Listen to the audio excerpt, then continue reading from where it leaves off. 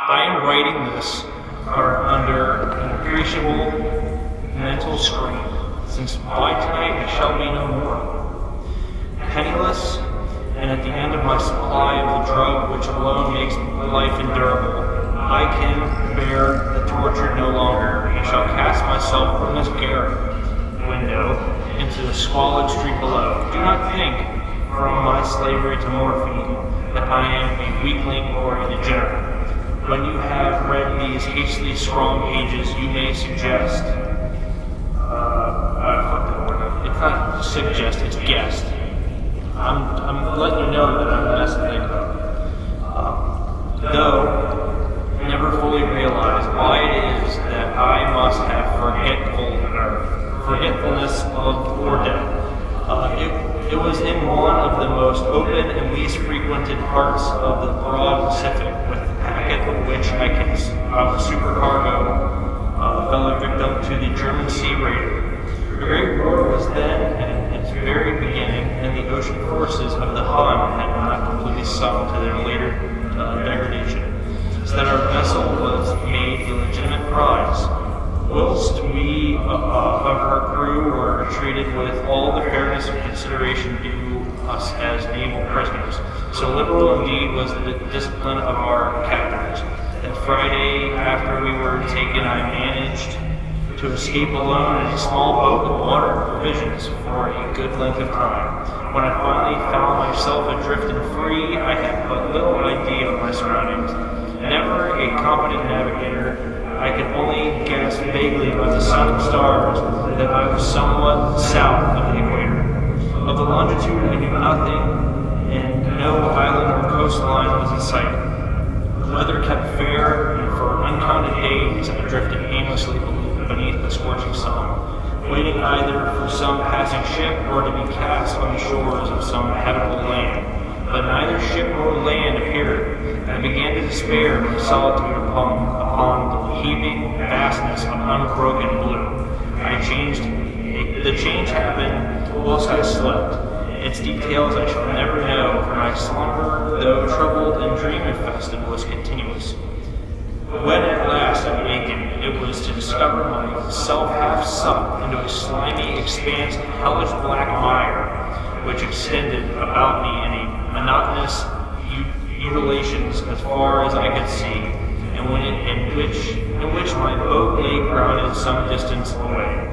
Though one might well imagine that my first sensation would be of wonder at so prodigious and unexpected a transformation of scenery, I was in reality more horrified than astonished, for there was in the air and in the rotting soil a sinister quality which chilled me to the very core. The region was putrid with the carcasses of decaying fish and of other less describable things which I saw protruding from the nasty mud of the unending plain. Perhaps I should not hope to convey in mere words the unutterable hideousness that can dwell in absolute silence and barren immensity.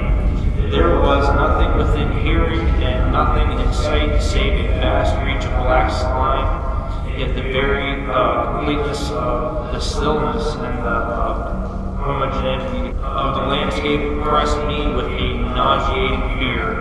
The sun was blazing down from the sky, which seemed to me almost black in its cloudless cruelty, as though reflecting the inky marsh beneath my feet. As I crawled into the stranded boat, I realized that the only one theory could explain my position.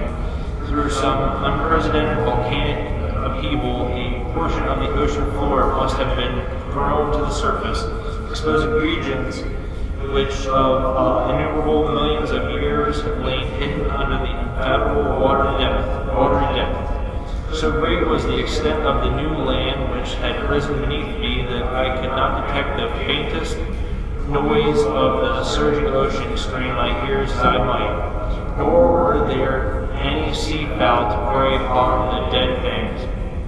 For several hours I sat thinking or brooding in the boat, which lay upon its side and afforded a slight shade as the sun moved across the heavens.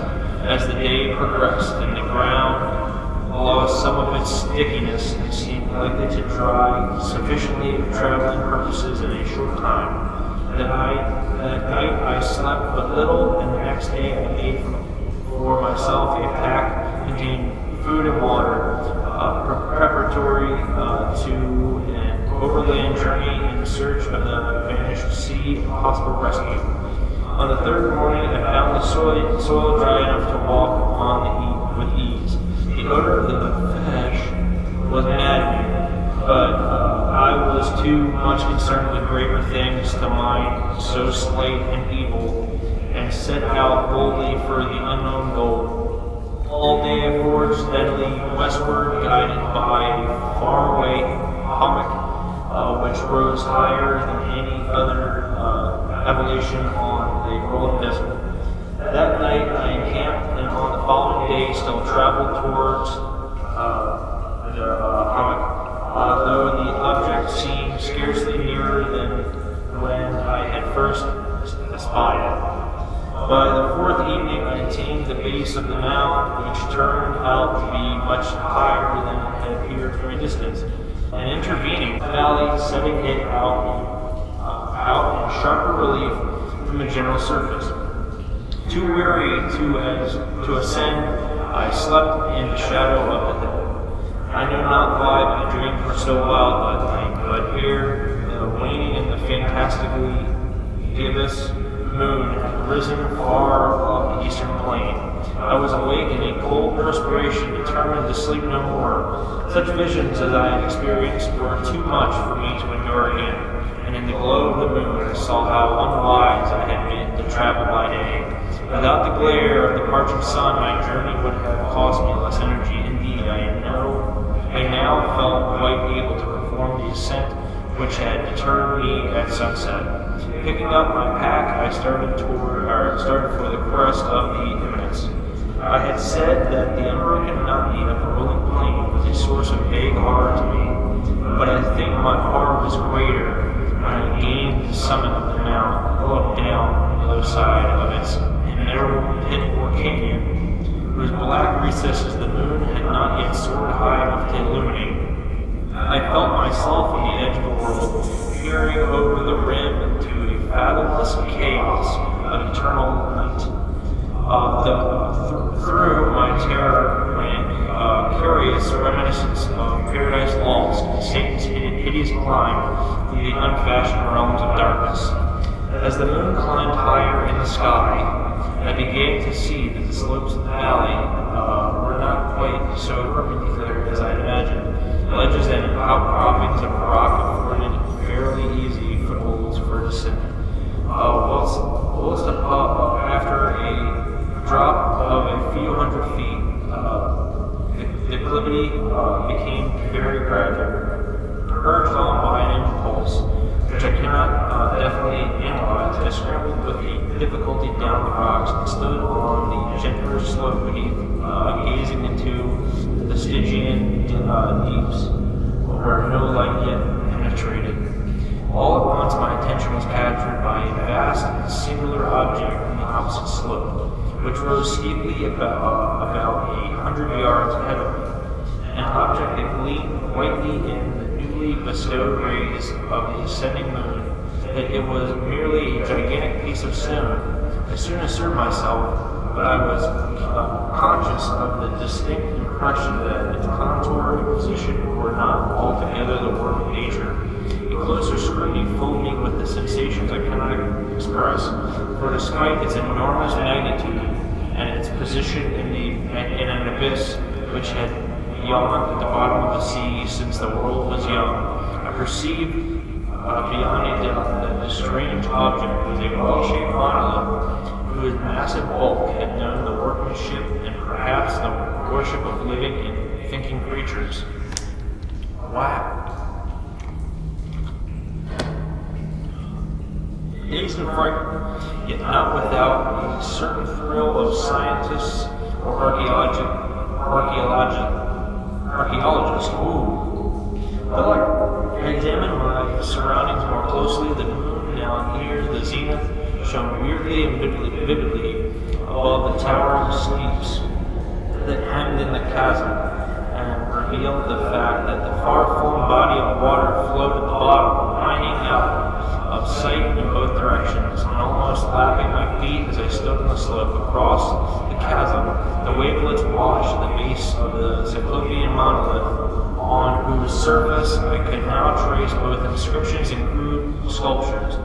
The writing was in a system of hieroglyphics, unknown to me and unlike anything I had ever seen in books, consisting for the part of conventionalized aquatic symbols such as fishes, eels, octopi, crustaceans, mollusks, whales, and the like. Several characters obviously represented marine things which are unknown to the modern world, but whose decomposing forms I had observed on the ocean-risen plain.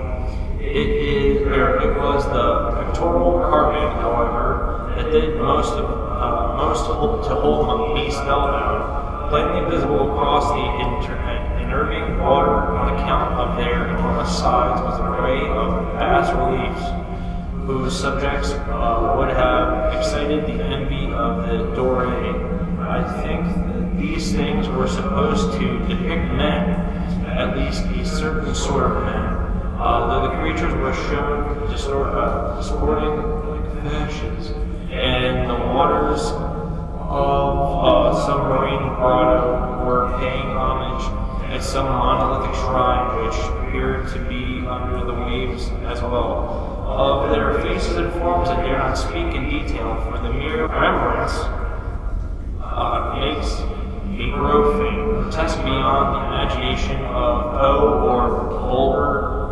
They were damnably human in general outline, despite webbed hands and feet, shockingly wide and flappy lips, glassy, bulging eyes, and other features less pleasant to recall. Curiously enough, they seem to have been chiseled badly out of proportion with their scenic background, for one of the creatures was shown in the act of killing a whale represented as little larger than himself. I remarked, as I say, their grotesqueness, strange size, but in a moment decided that they were merely the imaginary gods of some primitive fishing or seafaring tribe, some tribe whose last descendant had perished eras before the first ancestors of the Piltdown or Neanderthal man was born. Awestruck at this unexpected glimpse into a past beyond the conception of the most daring anthropologist, I stood musing whilst the moon cast queer reflections on the silent channel before me. Then suddenly I saw it. With only a slight churning to mark its rise to the surface, the thing slid into view above the dark waters, vast, polymetheus, like loathsome. It darted like a stupendous monster of nightmares to the monolith about which it flung its gigantic scaly arms, and while it bowed and its hideous head gave vent to certain measured sounds, I think I went mad then. Of my frantic ascent of the sloping cliff and of my delirious journey back to the stranded boat, I remember little. I believe I sang a great deal and laughed oddly when I was unable to sing. I had indistinct recollections of a great storm sometime after I reached my boat. At any rate, I know that I heard peals of thunder and other tones which nature utters only in her wildest moods.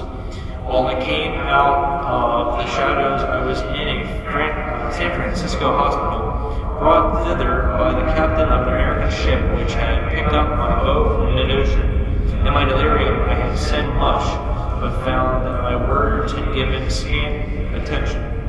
In any land of people in the Pacific, my rescuers knew nothing, nor did it seem necessary to insist upon a thing which I knew they could not believe. Once I sought out a celebrated anthologist and amused him with peculiar questions regarding the ancient Philistine legend of Dagon, the fish god, but soon perceiving that he was hopelessly conventional, I did not press my inquiries.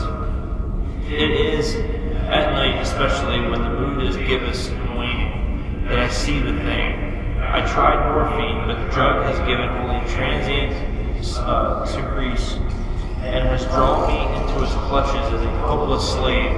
So now I am to end it all, having written a full account for the information or the impetuous amusement of my fellow man.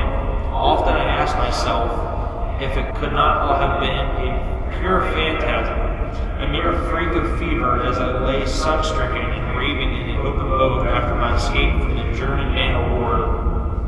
This I ask myself, but ever does this come before me a hideous vivid vision in reply. I cannot think of a deep sea without shuddering at the nameless things that may at this very moment be crawling, floundering on a slimy bed, worshipping their ancient stone idols, and carving their own detestable likenesses on submarine obelisks of water-soaked granite. I dream of a day when they may rise above the billows, drag down in their making talents the remnants of a puny war, exhausted mankind of a day when the land shall sink and the dark ocean floor shall ascend amidst universal pandemonium. The end is near. I hear the noise at the door of some immense slippery body